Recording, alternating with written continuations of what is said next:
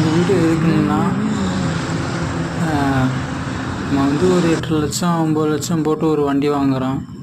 ஆனால் கம்பெனிக்காரங்க diesel main ஓஸவே எப்படி கொடுக்குறாங்கன்னா ரொம்ப மட்டமான முறையில் கொடுக்குறாங்க.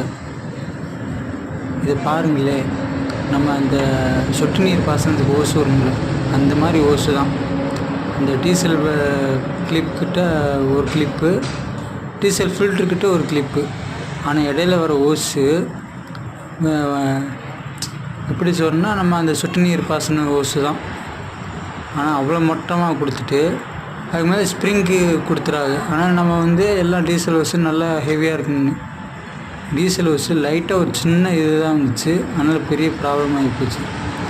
அவசரத்துக்கு என்ன செய்யணும் தெரியுமா, இடையில மெக்கானிக் எதுவுமே இல்லை.